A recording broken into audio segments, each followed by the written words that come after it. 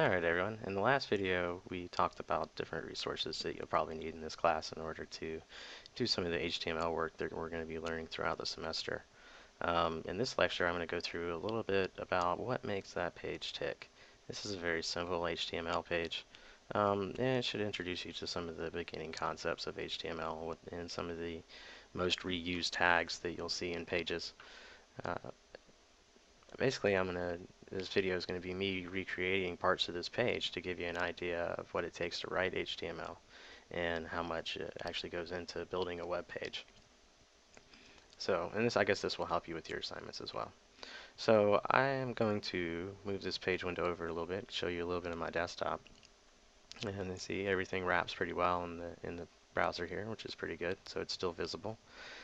I'm going to go to my desktop and create a folder called Resource List. And then I'm going to right click inside there and create a new, open it up, right click, and create a new text document. And I'm going to change the file type while I do this to index.html. And that's me hitting yes to do that. So you always want to create a default file for each folder, because when you call the page up by folder name index.html or default.html will show up automatically, and they won't have to actually put in the file name index.html. Different servers operate different ways. So in .NET, for example, and IIS, you can promote pages, and there's a list. So there's actually a list of about 10 different pages. Now, part of the problem that you might be experiencing is that it's really a text file, but you want it to be an HTML file, and it's not quite doing what you want it to do. There's a setting that you need to do in your control panel, and you can do that by going to Start and Control Panel, and I have it set on small icons. The option you want to choose here is this Folder Options option, and we're going to select that one. And it's going to create a new window here, and on the View tab of this window, there's a checkbox not far down the list here that says Hide Extensions for Known File Types. And we're going to want to uncheck that box the way it is on my computer right here. The reason being is that you'll be able to actually see the file types for every file that you have on your file type you have on your computer. So when you want to rename a text file to .html or a text file to .css or a text file to .js, you'll be able to do it pretty easily, and you won't have to go through a lot of folder dialogues and things like that.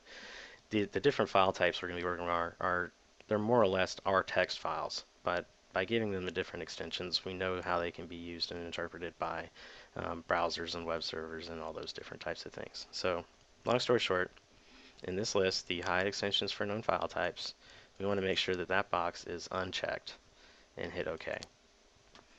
Now, after you close all that down and you go back to your folder here, if you were having problems making it be changing .text to .html, you should be able to do it a lot easier now. So you would be able to remove the .txt that now shows and actually rename this to a .html file. Now, once you've done that,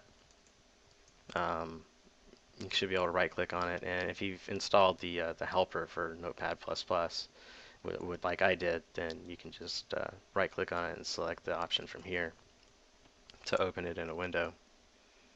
Now, I got two files here, and one of them is, well, that's not it, but this is basically going to be our new page, and I'm going to recreate it, this page, to look a lot like it. So I'm going to pull that down a little bit. Now, the first thing you want to do whenever you're writing a web page is give it a Doctype declaration. So we're HTML5, and we're going to be learning HTML5. So every web page that you turn into me and that we do, we should have a Doctype declaration at the top. And it's simple as that. It's a Doctype HTML. And that, what the Doctype declaration does is just tell the browser that, hey, I'm HTML5, you need to read me as HTML5, and not one of the other doc types that are out there, like 4.0 transitional or strict or something like that. Every web page you read on the internet should start with something like that. It'll be a Doctype declaration, maybe not HTML5 like this one is, but it'll be, most of the other ones are very long and kind of drawn out and have links in them and stuff. Anyway, now that we've got our Doctype declaration, we want to start the structure of our page. And I'm going to do that by creating the opening HTML attribute, giving a language and being English. Now, this declaration basically says this is an HTML doc, and the language in it's going to be English. And almost all HTML tags have closing tags. So I'm going to go ahead and write my closing HTML tag because I have an opening HTML tag. The doc type is separate on its own. It does not have an opening tag or a closing tag per se. It's the first line on the page. So now that I have my opening and closing HTML doc, I'm going to go ahead and add a head section as well. And the head section usually holds things that are behind the page, such as the page title. The page title is going to be what usually shows up in the bar up at the top right. So if you look over at my browser on the right, you see alan.steins-home and Professor Steins' resources. This title section, this text is coming from the title section of the page. So I'm going to go ahead and just call this one, Web Dev Resources. That way it looks different from all the other ones that might be in my browser. And I'm going to give it a closing tag as well. That's all I'm going to add for the head section right now. I'm going to leave a blank space there. But in HTML, blank spaces and extra lines don't have any effect on the page. Usually there's tags to handle different things like that, which I'm about to cover here in a minute in the body section. So in the body section, we mentioned it, I'm going to create an opening and a closing tag for the body section. The body section is going to start what actually gets displayed on the page. So the head section is kind of behind the page and working behind the page, and the body section shows what's actually in the page. Yeah. So looking over at the right, I have a big header there that says Professor Steins' resource list, and it looks like a paragraph underneath it. So I'm going to do that. I'm going to write my header tag, and H1 tag is the largest header tag.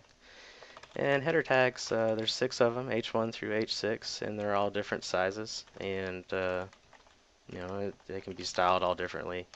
Typically, you only want one H1 tag on a page because H1 tags are usually define a lot of the content within the page, and search engines tend to think that there should only be one. So there can be any number of other H tags, but there should only really be one H1. Alright, so that's an H1 tag.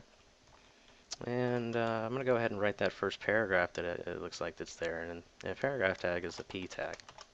And it's like I said, for most HTML tags have an opening and closing tag. So I'm going to go ahead and type in the text that's there. And what you should see, ooh, what did I do? I hit the enter tag. And I put a space after help. That's going to be important in a minute. So anyway, I'm going to break it to a new line just so that I can keep all this text on one view for you, people that are watching this video. And succeed in this class. Alright, now this is basically a very good starting HTML page. It's not quite like what we've done in the actual resource list, but it's getting kind of close. And we should have at least the top 2 pieces up here done. So I'm going to go back to this folder where I had opened in Notepad++, and hopefully it'll be set as a default document for Chrome like it is on my PC, so you can hit open, or you can go to open with and make sure it actually opens with the browser that you want, like Google Chrome. And look, it's pretty close. You can see the title tag up here at the top is called Web Dev Resources that we typed in the title section of the head section. And you can see that the H1 tag and the paragraph tags are both there. Close that down a little bit more. Alright, so everything looks good. You can see that I'm using Chrome to actually view my HTML while I'm using Notepad++ to type my HTML. And I got it stored in a place where I can be working on it as I need to. This is basically a good setup for HTML design. You basically have two windows open and you type in one and you keep refreshing and making changes and seeing them done in the other. I'm going to go back and we're going to keep going, I guess. I'm going to flip back to my test page here. Now, this guy, he's bold and he's a little bit bigger than the actual paragraph tag, so I'm going to venture a guess and say that he's an H3 tag. Well, actually, I know he's an H3 tag. So I'm going to go ahead and create an H3 tag for required software. Now, personally, there's H1 through H6, and there should only be one H1 on a page. So I tend to think that my subheaders are H3s, and my sub-subheaders should be H5s. That means that if I ever want to stick a header that's somewhere between an H1 and an H3, then I'll have H2 open. Or if I want to split one between H3 and H5, I'll have H4 open. It's I guess it's personal preference. The only real guideline I've seen is that there only be one H1 tag on a page. So I guess you could use multiple H2 tags and not worry about going down that deep. Although later we'll figure out how to change styling and things like that to whatever we want it to be. So this is next we have what looks like a bulleted list. Well, technically it's called an unordered list. There's two kinds of list structures in HTML. Well, maybe not just two, but the two basic ones. And that's an ordered list and an unordered list. So this would be an unordered list, and it would start with a UL. And I'm going to go ahead and create a closing UL. Now, that basically just says that I want an unordered list, but there's no actual list items inside of it. So I'm going to create list items inside of it. And those are done with LIs for list item. And I'll create my closing list item. In the middle of these, I'm going to type in my text for Notepad++. Ooh, really? Notepad++. And I'm going to say up to date HTML5 compatible browser. And closing ALI. Now, you don't necessarily have to always type the closing with, the way I was doing it, where you type the close at the beginning and then type the closing and then do the text in the middle. You could do it that way, where you write the opening tag and write it out. It's however you want to do it. However it keeps it easier for how nested you are in the page, and that nested idea will come up again, I'm sure. But just remember that how you type and how you indent and how you format these things is really up to you. I'm going to skip that inner list just for the moment. I don't want to give you guys too much and just start with show the basic 3 list items that we have. And I'm going to hit save to save. Flip back to this guy and hit refresh. So I have 3 bulleted items here now. In my H3 tag it shows, and that's it's looking pretty good. It's kind of starting to match a little bit what's on the other page, except for this inner list that's being thrown in the middle here, and I'm going to do that one next. But I just want you to know that we're on the right track. We're doing pretty good. Now, this inner list, oh boy. What you want to do is, inside this list item, is to create a new unordered list. Actually, I'm going to make this one an ordered list, just so that I can tell you that you can see the difference between what an ordered list and an unordered list is. And inside this one, I'm going to go ahead and type in my Chrome and my Firefox and my Opera and my Safari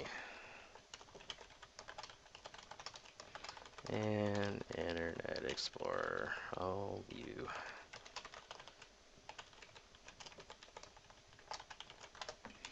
Okay. It's important to note here that the entire ordered list is within the closing list item of the list that it appends to. So this list of browsers is actually part of the HTML5 compatible list item. but it's nested inside with its own list type. And if I hit save, it should show up the same in this one, except for it has an order to it, as they're done with 1, 2, 3, 4, and 5. So for an unordered list, you'd use a UL, and for an ordered list, you use an OL.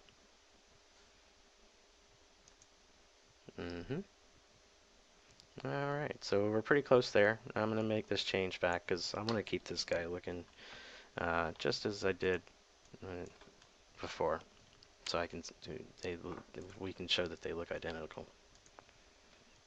After that closing on order list there, I'm going to create my next H3 tag, which is not required software. And while I like a lot of these softwares, you'll find that as you work through things, there's some that you like and some that you don't. And for you, some things will be easier in some than in others. And it's just a matter of you got to go out there and try them all. It's, you won't really know if it's for you until you give it a shot. I haven't really found too much that I don't like except for graphics editing programs, but I think that's mainly just because I'm not a big fan of, or not a big fan, but if I can get away with not doing graphics or graphic design or something like that, or Photoshop and all that crazy layer stuff, then I probably will.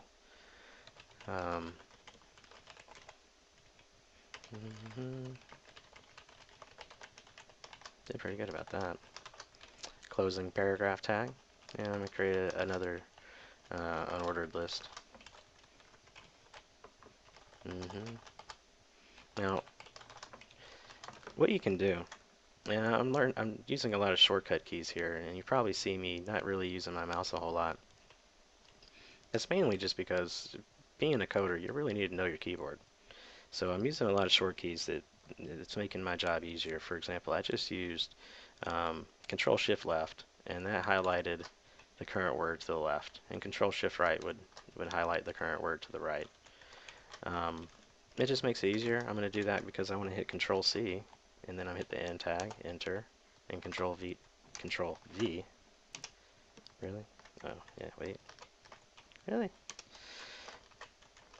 Oh, weird. So I'm going to go ahead and just populate out those list items just so make it easy on myself. That way I can just type in these guys as I go along. Visual Studio you're definitely going to probably hit on before you end up graduating from here.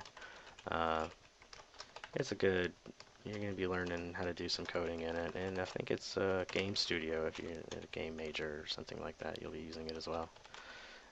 Eclipse for PHP developers, you probably maybe used Eclipse for Java, or you could use Eclipse for Java, but the PHP development side really gives you some pointers on how to use the PHP framework to your advantage, and it also has some code hinting and stuff for HTML design too.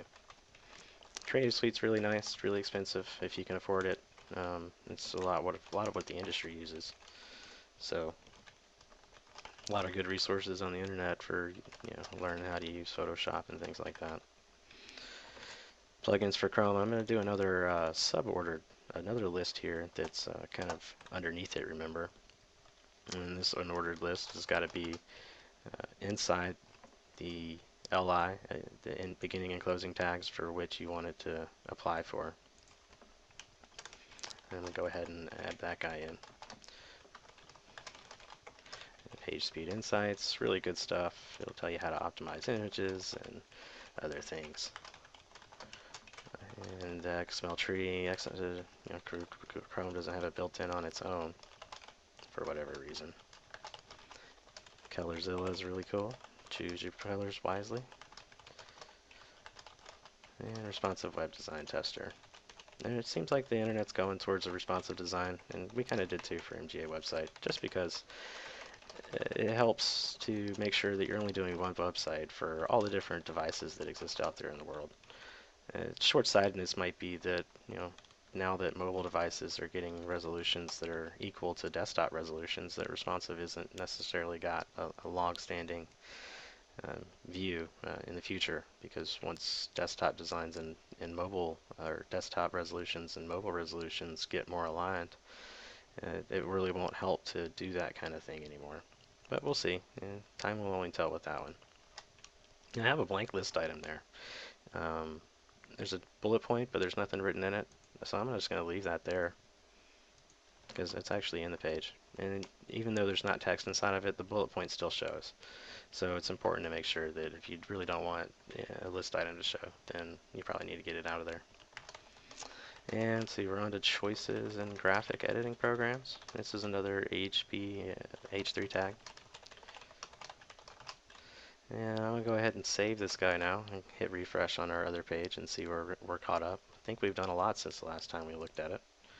Oh yeah, we're only required software. We should have the whole not required software section available now. Yeah, there it goes. And if we flip back and forth, it looks like just some minor spelling differences really. I didn't put I9, V9 and capable, compatible instead of capable. But I think we're getting pretty close. Alright. And you can see the next two sections are going to be basically the same. They're just using H3 tags with paragraph tags and an ordered list to just display out information fairly easily. I'm not going to go completely through this program, but at least this should show you the basic structure of a page and some of the basic tags that you can use in order to display content out to the people that you want it to read. So, thank you and have a good day.